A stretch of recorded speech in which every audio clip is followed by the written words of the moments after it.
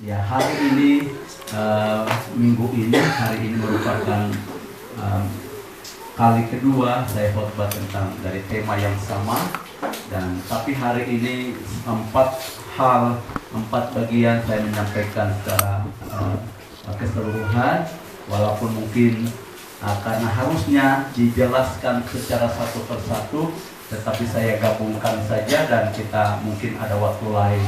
Kita akan belajar lagi tentang faedah daripada korban nyawa atau korban darah dalam kehidupan ibadah umat Israel. Di dalam perjanjian lama itu ada 6 korban yang terkenal, yang dikenal, tetapi hari ini kita hanya bahas 4, karena 2 di antaranya itu adalah, yang satunya adalah korban sajian dan yang satunya adalah korban penghabisan. Untuk pengesahan atau penghabisan. Karena itu kita tidak bahas, tapi yang berhubungan dengan korban darah itu ada 4, dan itu kita akan bahas di hari ini, kita akan pelajari di hari ini. Dan maksud dan tujuan daripada penyampaian firman Tuhan ini tidak bermaksud menuntun kita kembali kepada hukum Torah, yaitu ibadah yang selalu didasari dari atas korban darah. Karena kita tidak lagi hidup di bawah hukum Taurat, tapi kita hidup di bawah hukum kasih karunia. Dan hari ini kita ibadah tidak lagi dengan korban darah seperti dikala itu di tengah umat Israel.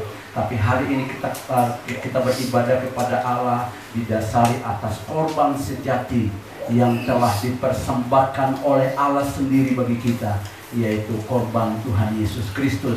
Karena itu, tetapi kita belajar dari perjanjian lama agar kita mengerti apa hubungan dari korban darah di perjanjian lama di tengah ibadah umat Israel dan ibadah gereja Tuhan hari ini, yaitu hubungan dengan pengorbanan Yesus Kristus di atas kayu salib. Nah, supaya Bapak Ibu yang dikasih Tuhan, umat Tuhan semakin kokoh. Tujuan dari kita pelajari bagian ini adalah pokok bahasan ini adalah supaya umat Tuhan semakin kokoh di dalam Yesus Kristus. Nah, perhatikan, supaya kita mendasari ibadah kita bukan karena diacak, bukan karena ikut ramai, bukan karena tradisional, tapi kita mampu membangun ibadah kita di atas dasar yang benar. Itu maksud daripada 2 minggu kita membahas bagian ini. Lalu kita juga belajar mengerti bahwa ketetapan Tuhan itu tidak bisa berubah. Sekali Dia menetapkan, itu tetap untuk selama-lamanya. Dan yang kedua, yang berikut adalah supaya kita mengerti bahwa manusia tidak bisa menghampiri Tuhan dengan konsep, dengan pola dan gagasannya. Manusia harus menghampiri untuk menyembah Tuhan dengan pola yang sudah ditetapkan, dengan konsep, gagasan, petunjuk yang telah diberikan oleh Allah kepada umat manusia. Haleluya. Karena itu Bapak Ibu, jika ada orang lain menghampiri Tuhan untuk menyembah Dia dan beribadah kepada Dia dengan polanya sendiri, itu sangat disangsikan dan ada kemungkinan besar ibadahnya itu tidak layak dan tidak berkenan kepada Tuhan. Karena ibadah yang berkenan kepada Tuhan itu ibadah yang sesuai dengan pola yang ditunjuk oleh Tuhan bagi umat manusia dan secara khusus bagi umat Israel. Nah, minggu yang lalu saya berikan kita tema faedah dari korban darah hewan dalam perjanjian lama. Tapi hari ini supaya lebih spesifik, maka kita mengerti kalau perjanjian lama itu luas karena itu menyangkut sejarah. Tetapi hari ini kita fokus kepada korban darah hewan dalam peribadatan umat Israel, supaya kita mengerti mengapa darah itu menjadi dasar ibadah mereka. Ada 2 ayat penuntun yang saya siapkan untuk menjadi penuntun bagi kita, untuk kita membahas faedah daripada korban darah hewan dalam peribadatan umat Israel. Dan nanti bagian-bagiannya kita akan bahas mulai dari pasal 1 sampai kepada pasal dan pasal-pasal berikut sampai pada pasal yang kelima. Haleluya. Mari kita lihat 2 ayat ini sebagai penuntun bagi kita untuk mempelajari pokok bahasan ini, yaitu faedah korban darah hewan dalam peribadatan umat Israel. Imamat pasal yang pertama, ayat yang pertama sampai ayat yang kedua, kemudian pasal 17 ayat 11. Tuhan memanggil Musa dan berfirman kepadanya dari dalam kemah pertemuan. Bicaralah kepada orang Israel dan katakan kepada mereka, apabila seorang di antaramu hendak mempersembahkan persembahan kepada Tuhan, haruslah persembahanmu yang kamu persembahkan itu dari ternak, yakni dari lembu sapi atau dari kambing domba. Karena nyawa makhluk ada dalam darahnya, dan aku telah memberikan darah itu kepadamu di atas mezbah untuk mengadakan pendamaian bagi nyawamu, karena darah mengadakan pendamaian dengan perantaraan nyawa. Nah, Bapak Ibu, dari dua ayat ini, Bapak Ibu dan saudara-saudara yang dikasih Tuhan, dari dua ayat ini kita mengerti bahwa ibadah umat Israel atau persembahan umat Israel kepada Tuhan itu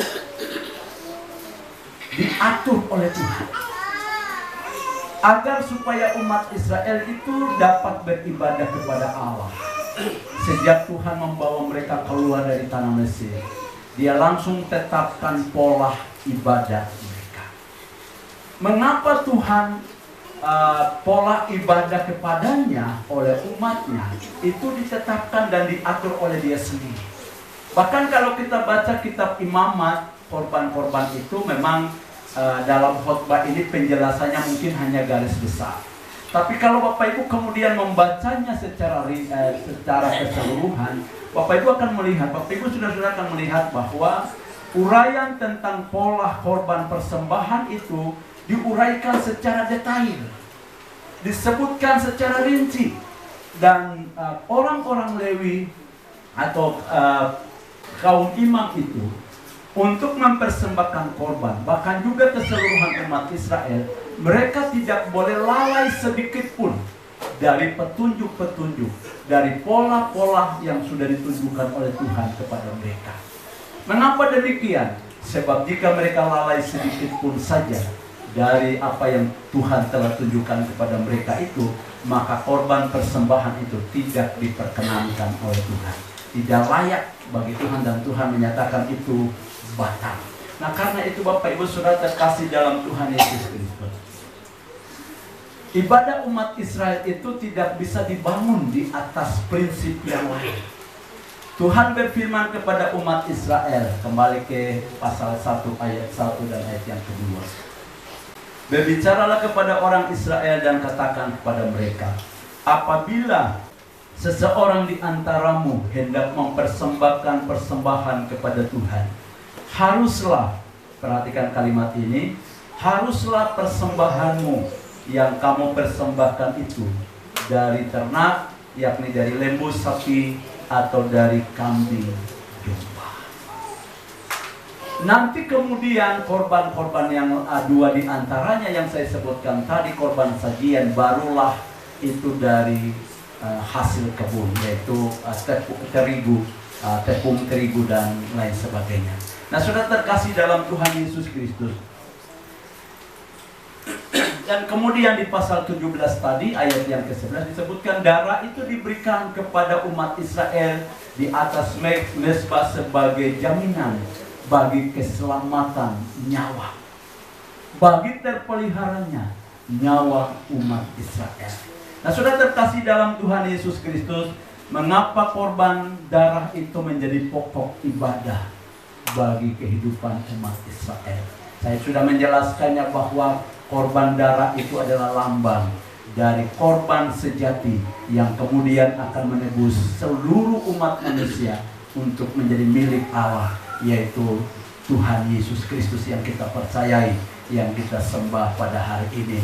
Nah, karena itu Bapak Ibu terkasih, dari dua bagian ini kita mengerti bahwa tidak ada dalam perjanjian lama secara keseluruhan dan secara khusus umat Israel tidak ada seorang pun yang bisa layak untuk menghampiri Tuhan kalau kedatangan dia, kalau dia datangi Tuhan dengan polanya sendiri atau dia mempersembahkan hal yang lain. Nah, perhatikan. Minggu lalu juga saya telah menekankan bagaimana Tuhan menolak persembahan dari Kain. Kenapa? Karena Kain bukan mempersembahkan hewan, tapi dia mempersembahkan hasil kebun yang sebenarnya tidak dikehendaki oleh Tuhan. Mengapa demikian?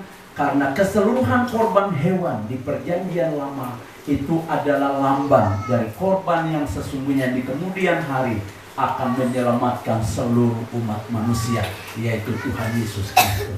Dan firman Tuhan berkata, korban darah itu penting karena nyawa ada di dalam, nyawa segala yang hidup, nyawa segala makhluk hidup ada di dalam apa?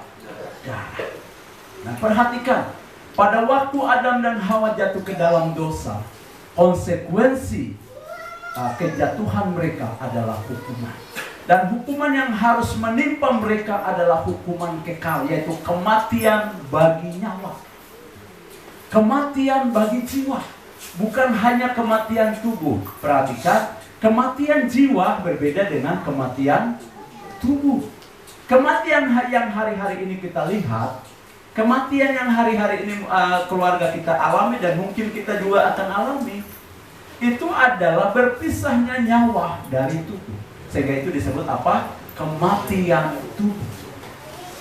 Itu bukan kematian nyawa. Nyawa itu hidup. Jiwa itu hidup. Nah, saya dapat bergerak bukan karena saya punya fisik, tubuh fisik. Saya ini bergerak berbicara karena di dalam saya ada nyawa. Dan untuk manusia itu di kemudian hari ditebus dan kembali kepada Allah, harga yang harus dia bayar adalah nyawanya sendiri. Dan harga nyawa itu dia harus tebus dalam kematian kekal, yang hari ini kita kenal dengan neraka itu.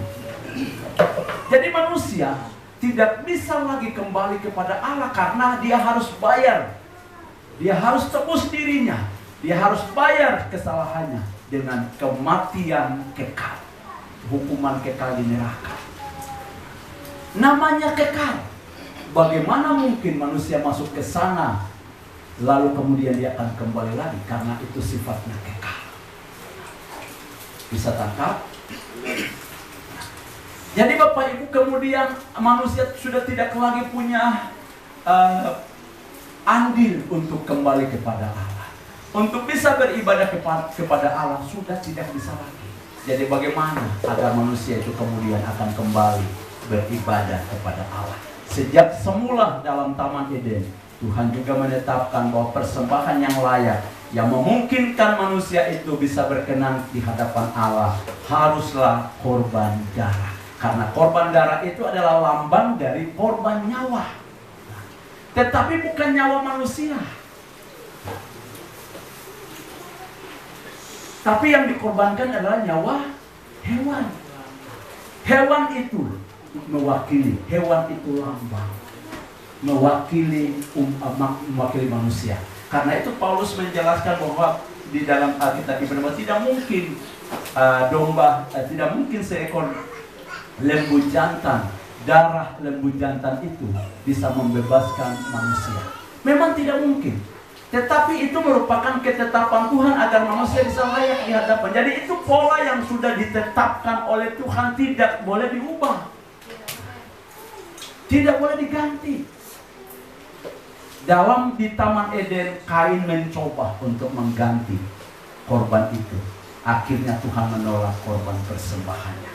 Walaupun dia beri yang terbaik, dia beri hasil kebun yang terbaik, tetapi itu ditolak Tuhan. Kenapa? Itu bukan pola yang ditetapkan oleh Tuhan. Nah, perhatikan.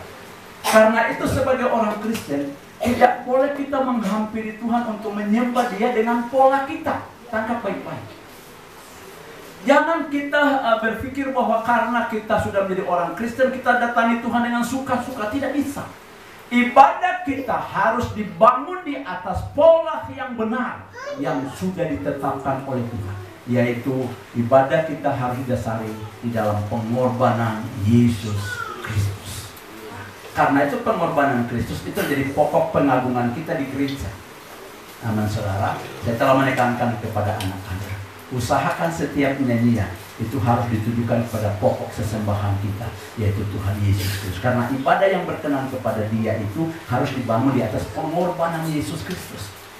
Manusia tidak bisa menghampiri Allah dengan caranya lagi selain dengan korban darah. Dan lambangnya itu Tuhan atur dalam perjanjian lama secara khusus bagi umat Israel.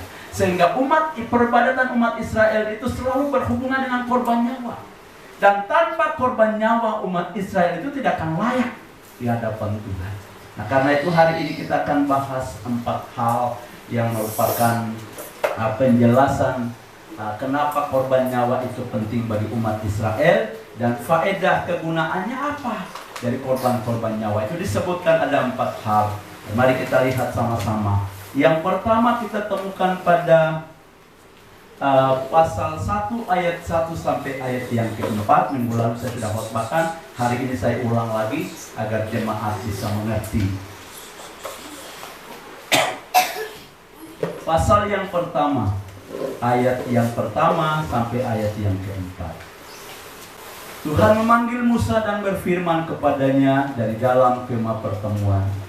Berbicaralah kepada orang Israel dan katakan kepada mereka, apabila seorang di antaramu hendak mempersembahkan persembahan kepada Tuhan, haruslah persembahanmu yang kamu persembahkan itu dari ternak, yakni dari lembu sapi atau dari kambing domba.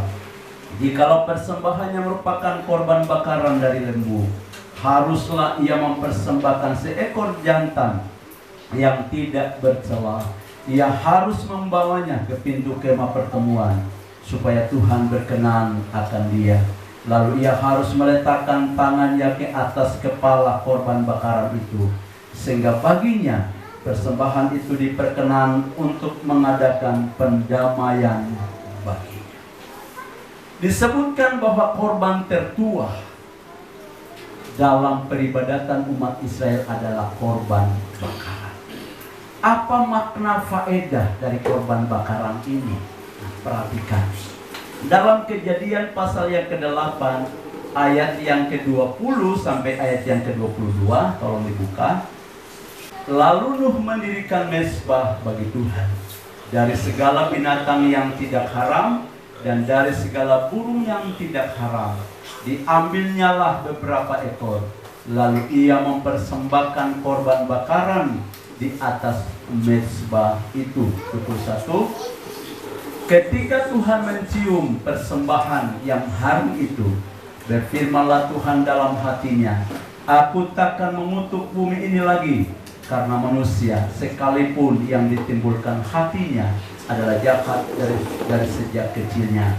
Dan aku takkan membinasakan lagi segala yang hidup seperti yang telah kulakukan. 22.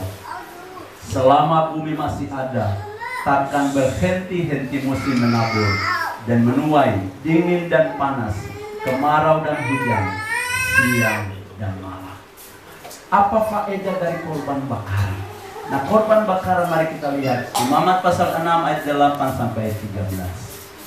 Tuhan berfirman kepada Musa, perintahkanlah kepada Harun dan anak-anaknya, inilah hukum tentang korban bakaran. Korban bakaran itu haruslah tinggal di atas perapian, di atas mezbah semalam-malaman sampai pagi. Dan api mezbah haruslah dipelihara, menyala di atasnya.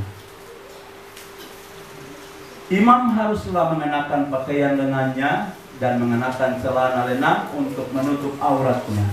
Lalu ia harus mengangkat abu yang ada di atas mezbah sesudah korban bakaran habis dimakan api, dan haruslah ia membuangnya di samping mezbah.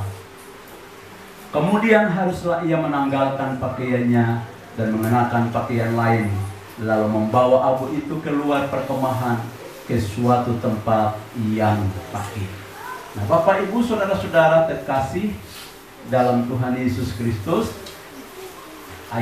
masih ada ayat 12 ya.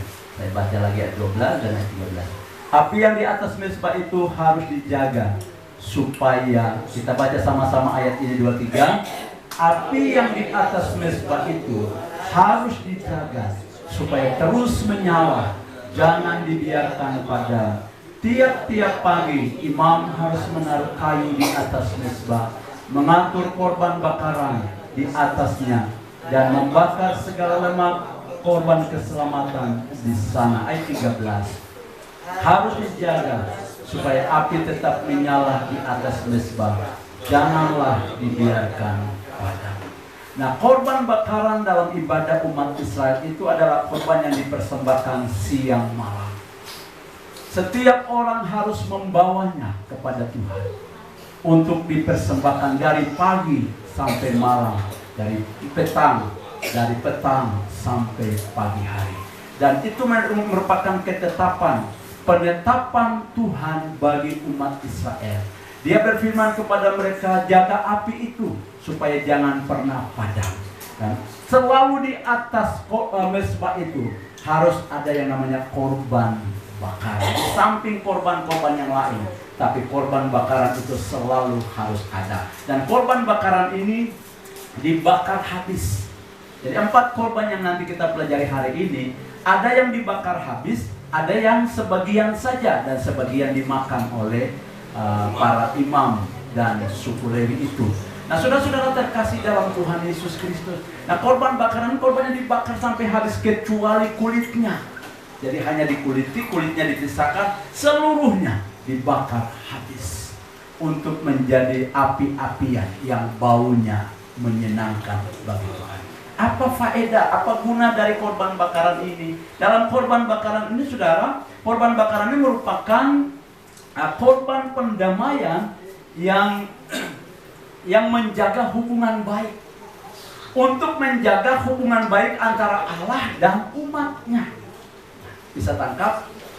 Supaya Tuhan selalu terhubung dengan umat yang telah Dia tebus, supaya umat itu tetap hidup di hadapan Tuhan. Maka sebagai bentuk ibadah mereka secara rutin, secara berkesinambungan adalah mereka mempersembahkan korban di atas mezbah itu siang dan malam. Ini bicara soal penyembahan yang tidak terputuskan dari orang percaya kepada Allah siang dan malam. Dan jaminan supaya umat Israel itu tetap hidup di hadapan Allah, hidup dalam pendamaian. Hidup dalam pendamaian artinya hidup dalam sebuah hubungan yang baik dengan Allah di sorga. Maka selalu harus ada korban bakaran. Nah, bagaimana kita sebagai orang percaya di akhir zaman ini, di masa zaman gereja ini, supaya kita tetap hidup, supaya kita tetap berkenan dan tetap layak di hadapan Tuhan dan selalu punya hubungan baik dengan Allah. Allah punya hubungan baik dengan kita. Mari kita lihat Ibrani pasal 10 ayat yang ke-10. Dan karena kehendaknya inilah kita telah dikuduskan satu kali untuk selama-lamanya oleh persembahan tubuh Yesus Kristus. Ayat 14. Sebab oleh satu korban saja Ia telah menyempurnakan untuk selama-lamanya mereka yang Ia kuduskan. Pasal 13 ayat 12. Itu jugalah sebabnya Yesus telah menderita di luar pintu gerbang untuk menguduskan umatnya dengan darahnya sendiri. Bagaimana supaya umat manusia di akhir zaman, di masa gereja ini, bagaimana supaya Bapak Ibu Saudara dengan saya kita layak dan terus berkenan kepada Tuhan, berkesinambungan hidup kita layak dan berkenan kepada Tuhan. Ada hubungan yang intim, ada hubungan yang baik antara kita dengan Allah di sorga. Maka kita harus mengalami yang namanya dikuduskan dalam kuasa darah Yesus Kristus. Jadi korban darah Yesus itu jaminan agar Anda dan saya punya hubungan baik dengan Tuhan. Darah Yesus itu darah pendamaian. Bisa katakan amin. Darah Kristus itu darah pendamaian antara Allah dan seluruh umat manusia. Kalau korban bakaran, merupakan korban pendamaian secara khusus umat Israel dan Allah di sorga. Maka korban darah Yesus Kristus itu adalah korban pendamaian, bukan hanya untuk umat Israel, tapi untuk semua suku, kaum, bangsa dan bahasa. Amat terlebih saudara Bapak, Ibu, Saudara dengan saya di hari ini. Bisa katakan amin. Jadi supaya hubungan Anda dan saya itu baik dengan Allah, kita tidak punya pola yang lain. Perhatikan, saya heran, banyak orang berkata nanti saya hidup saya baik-baik dulu. Nanti saya sudah melepaskan diri dari sedikit kebiasaan yang mengikat saya dulu, baru saya datang ke gereja. Nanti saya lepas saya punya ini dulu, baru saya bisa datang ke gereja. Sebab saya tidak layak datang ke gereja karena masih ada dosa dalam hidup saya dengan baik-baik. Kapan manusia itu bisa melepaskan dirinya dari dosa? Halo? Bagaimana caranya manusia itu bisa layak dan berkenan dan berdamai dengan Allah di surga? Firman Tuhan berkata dosa itu akar permusuhan antara Allah dengan manusia. Dan manusia, perhatikan, manusia berdosa tidak sanggup menghampiri Allah yang suci dengan pola, dengan akalnya, dengan caranya, dengan kebajikannya, dengan amal bakti, dengan perbuatan saleh manapun. Karena firman Tuhan berkata segala perbuatan saleh manusia itu bagaikan kain lara. Sesuatu yang najis, sesuatu yang kotor dan tidak bisa dihampiri. Jadi amal bakti kesalehan kita itu Allah memandangnya sebagai sebuah kejijikan. Bisa tangkap? Jadi kalau kita mau datang ke gereja untuk menyembah Tuhan, jangan datang dengan caramu, dengan konsep berpikirmu. Ada cara yang Allah sediakan, ada pola yang Allah sediakan, ada dasar yang Allah sediakan bagi Anda dan saya supaya Anda layak di hadapan Allah. Adalah datang dengan darah Yesus Kristus. Kita ini datang karena kita layak, kita dilayakkan melalui korban darah Yesus Kristus. Lalu bagaimana supaya kita punya hubungan baik dengan Dia dan berkesinambungan sampai pada akhirnya kita selalu harus bersandar kepada darah Yesus Kristus. Amin, saudara. Jadi jangan ciptakan situasi dengan pola kita bahwa saya berbuat baik supaya saya layak, siang malam saya layak di hadapan Tuhan. Supaya kita punya hubungan baik, maka pagi sampai matahari terbenam haruslah minta penyucian oleh darah Yesus Kristus. Amin, saudara. Seperti dilakukan oleh Ayub. Setiap kali anak-anaknya buat pesta, di waktu petang dia panggil mereka semua, lalu dia kuduskan mereka dengan satu konsep, dengan satu kalimat. Jangan hari ini mereka telah berbuat dosa dan telah menghujat nama Tuhan. Ayub tidak melewati satu sehari pun dengan meminta pembasuhan oleh penebusan oleh Tuhan. Dia minta Tuhan menebus dia. Dia persembahkan korban bakaran sebagai korban pendamaian. Nuh melakukan hal yang sama supaya segala ciptaan Tuhan yang selamat bersama-sama dengan Dia di dalam bahtera itu selalu terpelihara, maka dia bangun mesbah dan dia persembahkan korban bakaran, korban pendamaian yang menjaga supaya ada hubungan baik antara umat manusia dan ciptaan yang lain dengan Sang Pencipta. Jadi Bapak Ibu Saudara terkasih dalam Tuhan Yesus Kristus, agar supaya manusia ini kembali kepada Allah dan punya hubungan baik dengan Allah di surga, maka setiap orang wajib datang kepada Tuhan Yesus Kristus. Anda tidak bisa menghampiri Tuhan dengan cara yang lain selain bersandar kepada darah Yesus Kristus. Baru Anda layak dan berkenan sepanjang masa hidup kita. Itulah sebabnya kita setiap petang itu harus ada doa minta pengampunan, penyucian. Dan darah Yesus Kristus dijelaskan oleh Paulus dalam kitab Ibrani, bahwa darah Yesus itu menguduskan kita sekali untuk selama-lamanya. Di Israel dipersembahkan setiap hari. Pengorbanan Kristus satu kali di atas kayu salib. Dan darah itu tersedia hari ini. Darah itu cukup sampai manusia turun-temurun. Darah itu tetap cukup untuk menebus. Darah itu cukup untuk mengadakan pendamaian bagi setiap orang yang percaya kepada Allah di dalam Yesus Kristus. Nah, karena itu perhatikan, jika manusia itu membangun agamanya sendiri di luar pola ini, maka ibadahnya tidak berkenan kepada Allah. Amin. Meskipun dibangun di atas pengajaran yang baik. Apakah ada agama di dunia ini yang mengajarkan hal yang tidak baik? Tidak. Semua agama mengajarkan hal yang baik.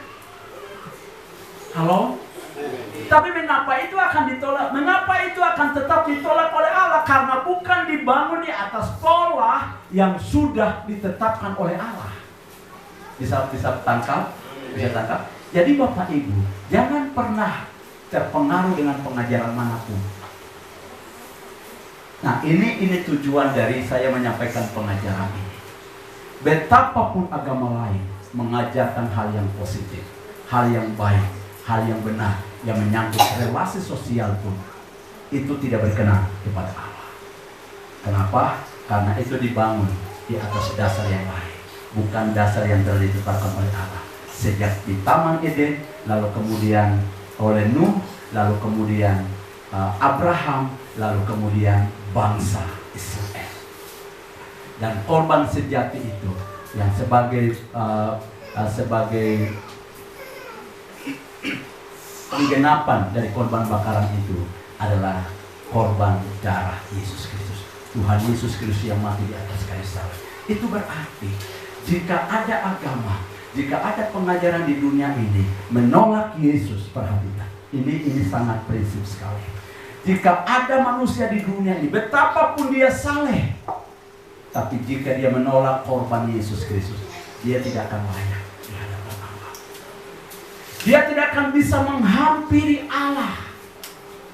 Halo. Bahkan orang Kristen sekalipun, jika engkau menolak Kristus dalam hidupmu, betapapun engkau punya andil memberi untuk pembangunan gereja, itu tidak layak. Kita punya andil berapapun banyak, tapi jika kita menolak Kristus dalam hidup kita, ibadah kita sia-sia. Bayangkan orang Kristen saja bisa tertolak, apalagi golongan yang lainnya sama sekali menolak Yesus. Orang bilang dia bukan Tuhan. Orang bilang bagaimana mungkin manusia ditebus dengan darah? Darah itu nyawa.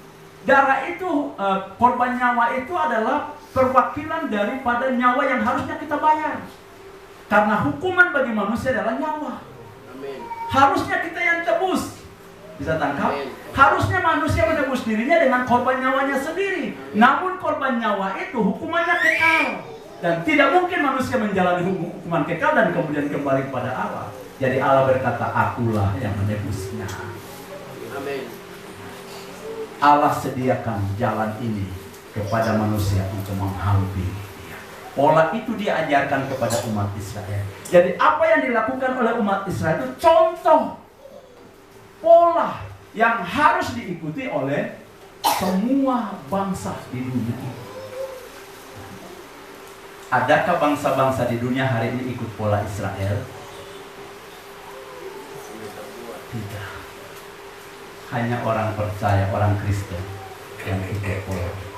Memang orang Kristen itu sudah terdiri dari segala suku, kaum, bangsa, dan bahasa. Namun belum semua. Lain masih menolak. Kemarin ada orang kirim saya video tentang pernyataan ada beberapa kelompok kecil. Dan kami tidak butuh Yesus. Kami tidak mengenal Yesus itu. Saya bilang, Tuhan, ya itulah. Kita berdoa supaya mereka terima Yesus. Karena Allah itu mereka membunuh dia karena dia menyebut dirinya Allah, menyebut dirinya Mesias. Dia memperkenalkan dirinya. Pilatus berkata, apakah engkau benar Mesias, Raja Israel itu? Dia berkata kepadanya, engkau sendiri mengatakan. Israel tahu bahwa Mesias itu juru selamat. Dan Mesias itu adalah Allah Israel. Tapi mereka berkata, ya, tapi kan masa dia ini kan orang tuanya kita kenal.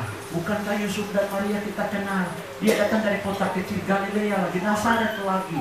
Tidak mungkin Allah Israel datang dari sana. Ya karena mereka tidak menangkap rencana Allah.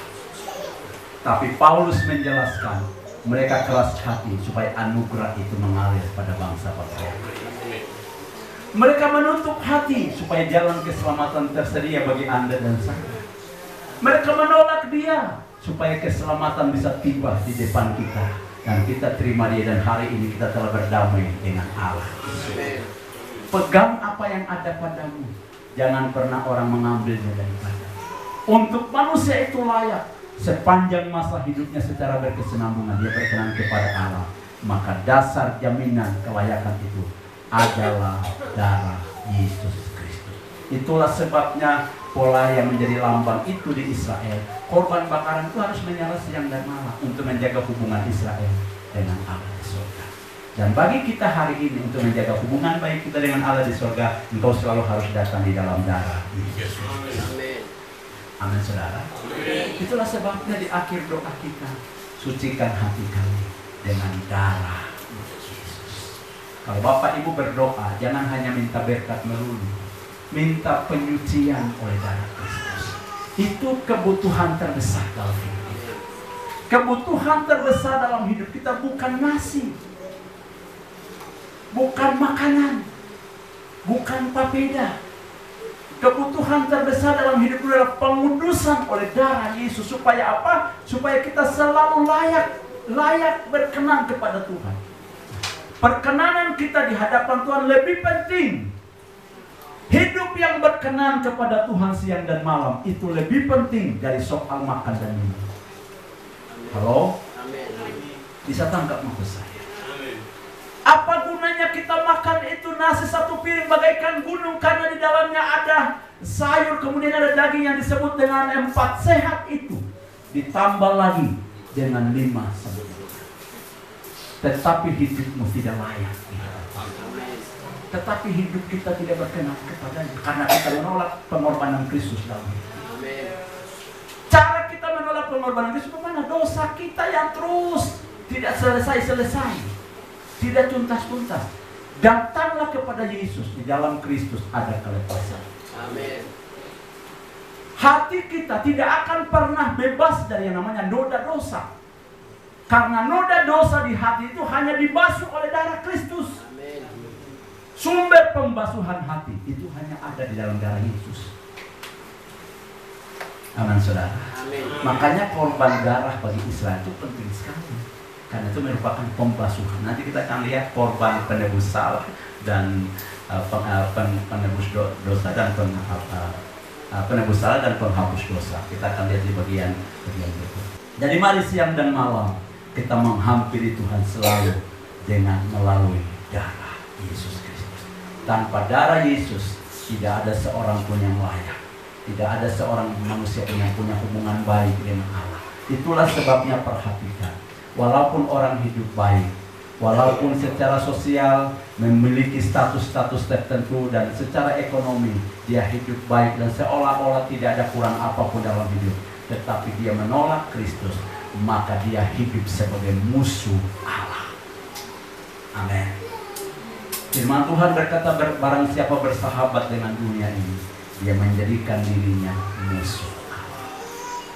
Jadi betapapun seolah-olah kita hidup sebagai relasi sosial kita baik, tapi jika kita menolak Kristus, kita itu, posisi kita di hadapan Tuhan itu adalah musuh besar.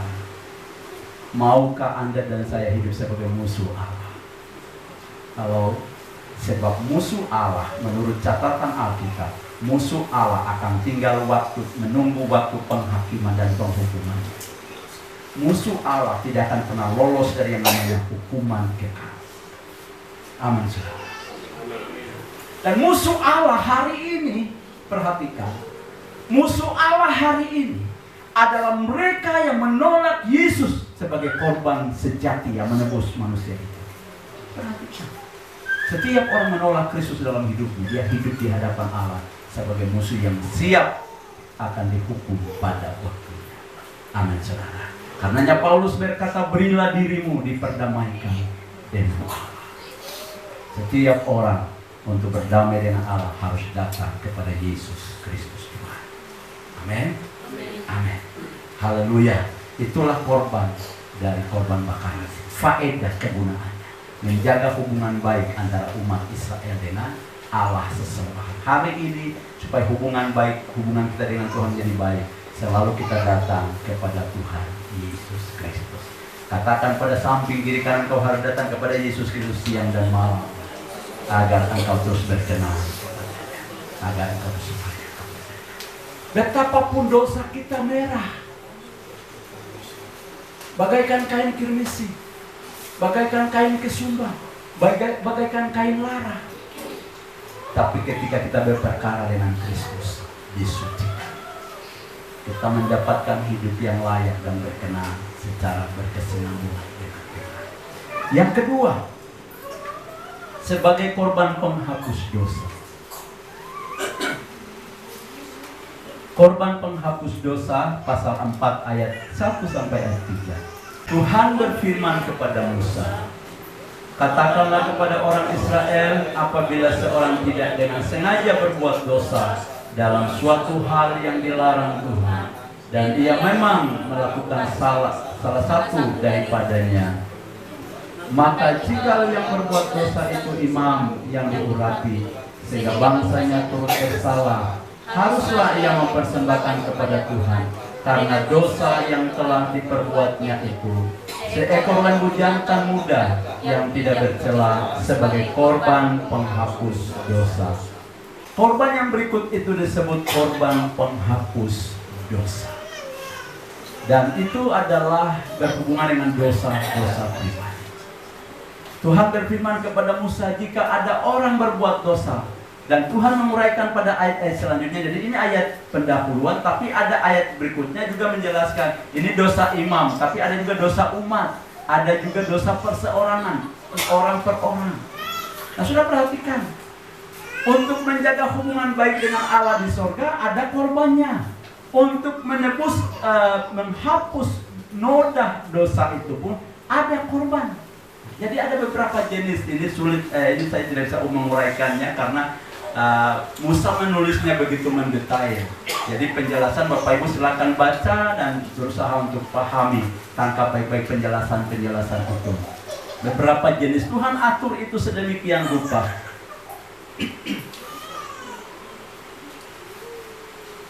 Sebagai korban penghapus dosa. Kita baca Yeremia pasal yang kedua sebagai ayat-ayat perbandingan. Bahkan sekalipun engkau mencuci dirimu, kita baca sama-sama 2-3. Bahkan sekalipun engkau mencuci dirimu dengan air abu dan dengan banyak sabun, namun noda kesalahanmu tetap ada di depan mataku. Demikianlah firman Tuhan Allah. Ya, perhatikan. Tuhan berfirman melalui nubuatan Nabi Yeremia, bahkan sekalipun kau mandi beberapa kali, cuci, mandi dengan sabun dengan merek apapun, tapi noda dosamu tetap ada di depan mata. Karena noda, kesalahan itu, dosa itu ada dua sisinya. Pertama, kesalahan terhadap hukum Tuhan, dan sekaligus itu menjadi noda. Jadi kita tidak hanya bersalah, tapi di depan Tuhan itu merupakan noda, dan noda itu melekat di mana? Bukan tubuh. Noda itu melekat dalam jiwa kita. Tangkap ini baik-baik. Perhatikan. Orang Israel itu makan harus cuci tangan karena mereka berpikir ini tubuh ini najis dan lain sebagainya. Namun noda dosa bukan terletak di tubuh, tapi dalam jiwa, di nyawanya. Nah, kalau noda ini tidak dihapus, itu nyawa mesti dihukum. Bisa tangkap? Kalau noda ini tidak dihapus, nyawa itu harus mengalami penghukuman kekal. Dan bagi Allah, tidak ada pola, tidak ada cara untuk membasuh dosa, membersihkan diri dari dosa. Tidak dengan sabun, tidak dengan apa, harus dengan darah. Kalau noda itu terletak dalam jiwa, maka yang harus menghapusnya adalah kematian jiwa. Kematian jiwa. Kematian Yesus. Karena darah itu, dalam darah ada nyawa. Maka nyawa itu harus mati. Yang menggantikan dia supaya dia dibasuh. Perhatikan, nyawa manusia tidak bisa membasuh nyawa manusia. Nyawa hewan tidak bisa membasuh nyawa manusia. Jadi nyawa yang bisa membasuh nyawa manusia dari noda dosa haruslah nyawa yang kekal. Dan nyawa yang kekal ini hanya ada pada Allah. Itulah sebabnya kita percaya bahwa Yesus itu adalah Allah. Karena satu-satunya yang bersedia mati menggantikan nyawa manusia hanyalah Tuhan Yesus. Bisa tangkap? Hari ini orang menolak dia sebagai Allah karena tidak mengerti firman. Dia Allah karena yang bisa mengadakan penebusan itu hanya Allah. Manusia tidak bisa menebus dirinya. Yang bisa menebus manusia, membasuh noda dalam nyawa atau dalam jiwa manusia itu adalah Allah sendiri. Bagaimana cara dia membasuh jiwa kita dari dosa? Dia memberi darahnya. Bisa tangkap? Dia memberi darahnya. Jiwa itu harus dibasuh dengan darah. Dan darah yang layak membasuh jiwa kita adalah darah Yesus Kristus. Karena darahnya tidak terkontaminasi. Mengapa tidak ada seorang manusia pun yang mati untuk menebus jiwa manusia? Halo? Karena semua manusia telah berdosa dan telah kehilangan kemuliaan Allah. Otomatis jiwa kita cacat. Jiwa kita cacat. Jadi jiwa, darah kita cacat. Jadi satu-satunya darah yang layak untuk menjadi pembasuhan bagi jiwa manusia adalah darah yang kekal, yang hanya ada pada Allah, dan itu ada di dalam diri Yesus Kristus. Saudara percaya oleh darah Yesus jiwamu telah dibasuh. Amin. Dihapuskan dosaku hanya oleh darah Yesus. Aku pulih dan sembuh hanya oleh darah Yesus. Darah Yesus itu sumber pembasuhan bagi jiwa. Karenanya jangan bergantung kepada pola, akal, dan cara sendiri. Harus bergantung kepada darah Yesus. Katakan pada samping kiri kanan, darah Yesus sumber pembasuhan jiwa.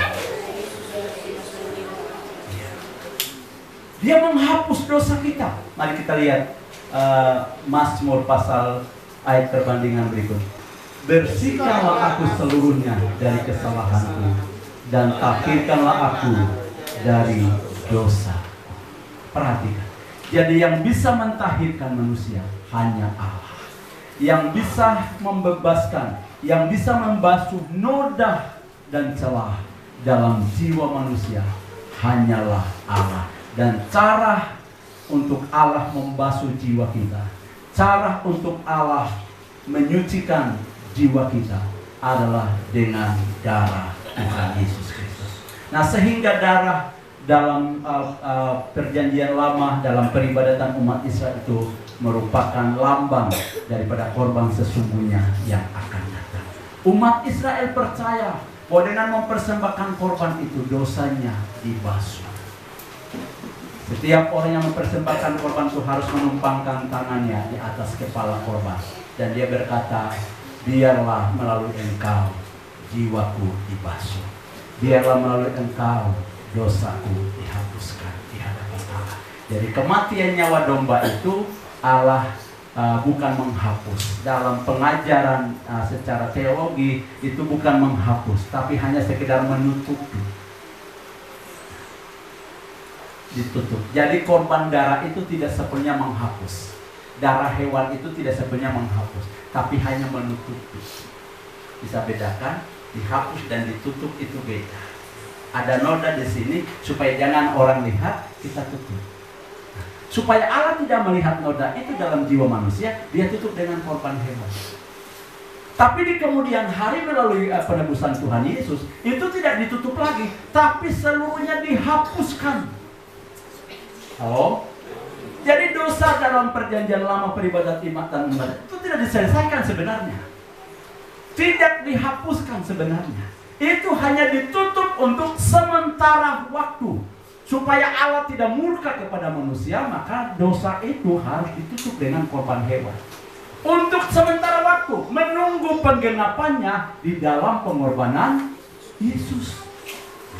Jadi penghapusan dosa sepenuhnya itu tidak terjadi di dalam korban nyawa. Itu hanya ditutup sementara waktu.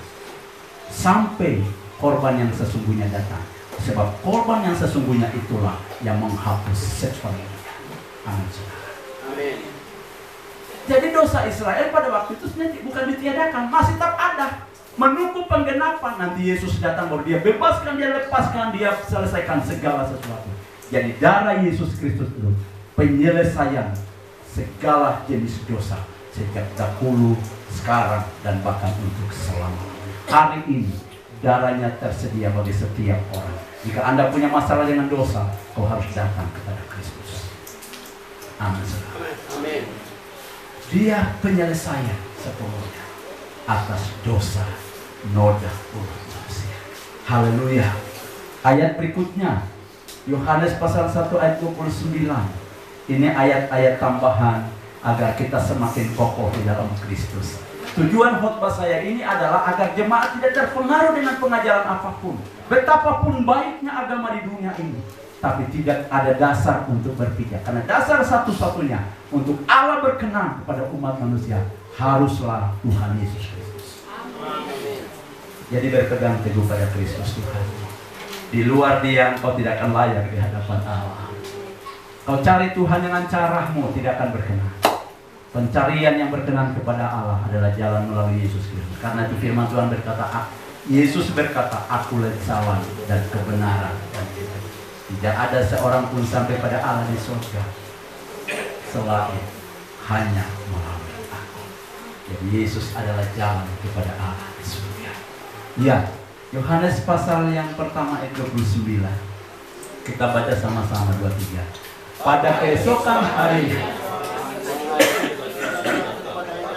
dan ia berkata, lihatlah anak domba Allah yang menghapus dosa. Bukan hanya menghapus dosa Israel, bukan hanya menghapus dosa saya dan saudara, tapi dosa dunia.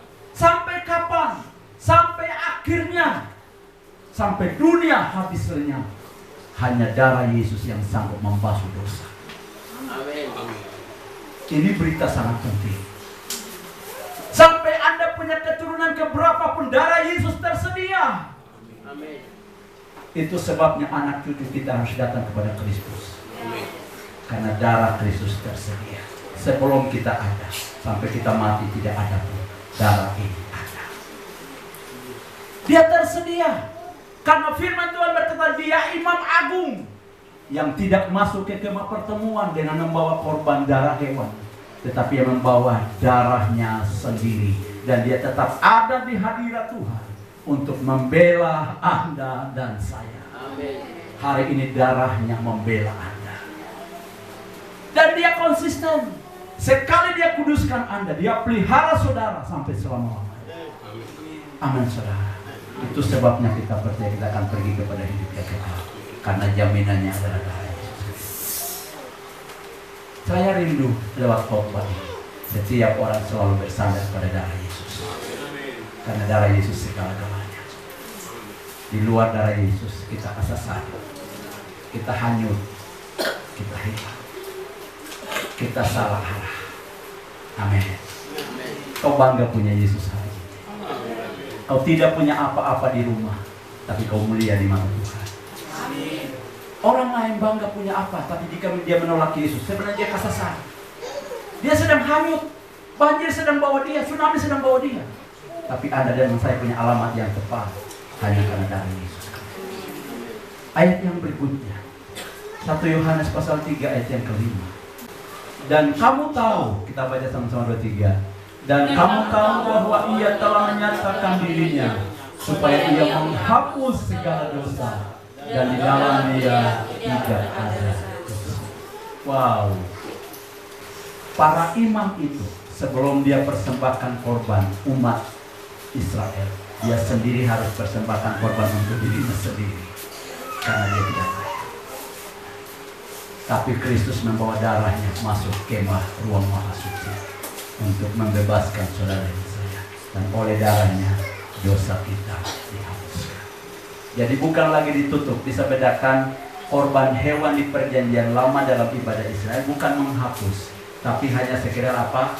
Menutup sementara waktu. Sampai korban sejati datang, baru dia hapus segalanya. Jadi darah hewan tidak menghapuskan, dia hanya tutup. Tutup dari murka Tuhan. Tuhan melihat darah dan dia tidak hukum manusia. Itu pun menurut pola Tuhan sendiri. Bayangkan kasihan. Kambing domba, lembu sapi, nyawanya dikorbankan demi Israel. Tapi itu Allah menetapkannya. Walaupun tidak menghapus, tapi ketika Allah melihat korban darah itu, dia ingat bahwa dia akan mengorbankan dirinya sendiri. Jadi korban sejati menghapus dosa adalah diri Allah sendiri. Hewan itu pengganti sementara waktu. Dan hari ini korban yang sejati telah datang. Itulah Kristus Tuhan kita. Mari kita berpaut kepadanya, karena dia korban sejati, memperkenankan ibadah kita di hadapan hadirat Tuhan. Bagian yang ketiga, Imamat pasal 5 ayat 14 hingga ayat 16. Setiap orang, Bapak, Ibu, Saudara-saudara, bawa anak-anakmu datang kepada Kristus, supaya darah itu membasuh kita secara turun-temurun. Ayat yang ke-14 kita baca sama 23. Tuhan berfirman kepada Musa, apabila seseorang berubah setia dan tidak sengaja berbuat dosa dalam sesuatu hal kudus yang dipersembahkan kepada Tuhan, maka haruslah ia mempersembahkan kepada Tuhan sebagai tebusan salahnya seekor domba jantan yang tidak bersalah dari kambing domba dinilai menurut sikal perak, yakni menurut sikal kudus, menjadi korban penebus salah. Ayat 16. Hal kudus yang menyebabkan orang itu berdosa haruslah dibayar gantinya dengan menambah 1/5, lalu menyerahkannya kepada imam. Imam harus mengadakan pendamaian bagi orang itu dengan domba jantan korban penebus salah itu, sehingga ia menerima pengampunan. Ayat 16. Ya. Bapak Ibu sudah terkasih dalam Tuhan, ingat baik, dua bagian ini, korban penghapus dosa dan penebus salah, itu sama. Satu hukum berlaku untuk dua hal ini. Setiap orang berdosa, perhatikan, ini sangat penting sekali. Saya berharap jemaat tangkap ini dan setiap orang membawa hidup. Setiap kali kita berdosa, jangan berpikir bahwa engkau bisa menyelesaikan dosa dengan caramu. Tidak bisa. Setiap kali kita berdosa, baik sengaja, ayat ini berkata, baik sengaja maupun tidak sengaja, baik untuk hal yang kudus ataupun mungkin hal-hal yang biasa, tetapi titik penyelesaian bagi dosa itu adalah ketika kita datang kepada Yesus Kristus. Jadi kalau kita marah, apakah itu dosa? Dosa. Harus minta disucikan oleh darah Yesus. Ditebus. Mengapa tebusan itu penting? Dibayar. Karena itu hutang. Perhatikan, dosa itu hutang yang harus diselesaikan. Dan hutang yang harus diselesaikan, tadi saya jelaskan, hutang yang harus diselesaikan oleh manusia adalah kematian kekal. Tangkap baik-baik. Apakah Anda bisa bayar hutang, bayar harga ini? Harga supaya Anda bebas dari hutang adalah kematian kekal. Apakah manusia bisa membayarnya? Tidak bisa. Kita butuh harga yang lain. Dan Allah sendiri yang menyediakan harga itu. Oke, kamu tidak sanggup bayar harganya. Sayalah yang membayar harganya. Saya menebusnya. Dan mengapa kita ditebus? Karena sejak semula manusia itu diciptakan segambar dan serupa dengan Allah. Kata segambar dan serupa dengan Allah itu menjadi milik Allah, sesuatu yang terhubung langsung dengan Tuhan. Jadi pada waktu kita berdosa, kita itu terpisah dari Allah untuk selama-lamanya. Dan supaya kita kembali kepada Dia, menjadi sekutu dengan Dia, menjadi satu bagian dengan Dia, maka kesalahan itu harus ditebus, dibayar. Kita dibayar karena kita ini milik Tuhan. Tuhan menebus kita untuk kembali kepadanya.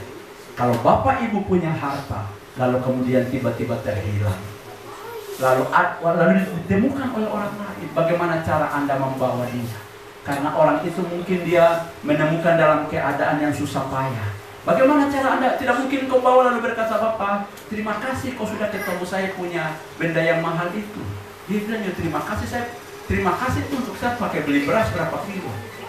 Karena barang ini saya temukan di Makbon sana, saya bawa dengan biaya yang mahal ke Sorong sini. Bagaimana caranya? Kita ambil kembali milik kita itu. Harus bayar ganti harga. Tebusan supaya barang itu kembali kepada kita. Untuk manusia kembali kepada Allah, harus ada tebusan. Amin, saudara. Ya, setiap kali supaya hubungan kita baik dengan Tuhan, selalu minta pembasuhan. Harus dosa itu dibayar, harus dosa itu ditebus. Matius pasal 20 ayat yang ke-28 ini penggenapannya. Sama seperti anak manusia datang bukan untuk dilayani, melainkan untuk melayani dan untuk memberikan nyawanya menjadi tebusan bagi banyak orang. Tanpa terkecuali, saudara, dengan saya sejelek-jelek apapun, Allah siap menebus saudara. Ayat yang lain, 1 Korintus pasal 6 ayat 20. Sebab kamu telah dibeli dan harganya telah lunas dibayar. Karena itu muliakanlah Allah dengan tubuh. Meskipun tubuh itu terkontaminasi dengan dosa, tapi karena darah Kristus membasuhnya, sehingga tubuh itu menjadi alat kemuliaan bagi Tuhan. Karena firman Tuhan berkata, tubuhmu adalah bait Allah, bait. Minggu lalu saya sudah menyinggung bagian ini. Tubuh itu berharga, tubuh kita itu mulia. Nah, ada satu bagian yang menyangkut tubuh, kematian. Nah, sudah perhatikan betapa tubuh itu mulia. Ada dua fakta di dalam Alkitab. Elia naik dengan tubuh jasmaninya. Henok naik dengan tubuh jasmaninya hanya gara-gara dia bergaul dengan Allah. Tubuhnya naik hidup. Musa pada waktu dia mati, tapi itu tubuhnya diangkat. Dalam kisah Alkitab itu mencatat bahwa iblis dengan para malaikat itu bertengkar gara-gara mayat Musa. Iblis bilang, asal bawa, itu tubuhnya berdosa, saya harus bawa. Tapi malaikat bilang, tidak, tubuhnya mulia, kami harus bawa kembali. Jadi kematian dia itu tidak ada orang yang menemukan jasadnya sampai hari ini, karena tubuhnya diangkat. Lalu bagaimana? Apakah kita layak juga untuk diangkat? Dengar baik-baik, waktu sangkakala dibunyikan, tubuhmu akan diangkat hidup. Amin. Kau diangkat hidup itu. Kita tidak melewati kematian lagi. Jadi berdoa supaya kita umur panjang sampai Tuhan datang. Amin. Lalu bagaimana kalau kita tidak umur panjang sampai Tuhan datang, lalu kita mati? Dengar, waktu sangkakala Allah berbunyi, tubuh jasmanimu dalam kubur diubahkan menjadi tubuh yang mulia. Kau diangkat dengan kemuliaan. Apakah saya kemudian wajah saya berubah? Tidak, kau naik dengan kau punya wajah yang hari ini. Amin. Halo. Amin. Jadi nanti terjadi pertemuan di angkasa, kita saling mengenal satu dengan yang lain karena bukan wajahnya berubah. Mukamu jelek-jelek begini, muka ini akan masuk ke surga. Kenapa terjadi pertemuan segitiga? Orang baku kenal. Oh, ini yang dulu itu, betul. Saya hampir lupa kau punya wajah. Suatu ketika kau akan melihat wajahnya. Amin. Jadi wajah kita jelek-jelek begini, tapi suatu saat dalam pertemuan saya, kau juga diperhitungkan. Karena darah Yesus membasuh tubuh, jiwa, dan roh kita. Ini hal yang benar. Hargai tubuhmu, karena tubuhmu adalah baik. Amin. Hargai tubuh, katakan sama, hargai. Tubuh ini mulia di mata Tuhan. Amin. Tubuh kita lebih mulia dari tubuh hewan. Orang mati tapi tidak pernah mengalami kebangkitan. Dia mati lalu habis perkara. Kita mati masih harus ada perkara. Amin. Amin. Hargai tubuh kita hari.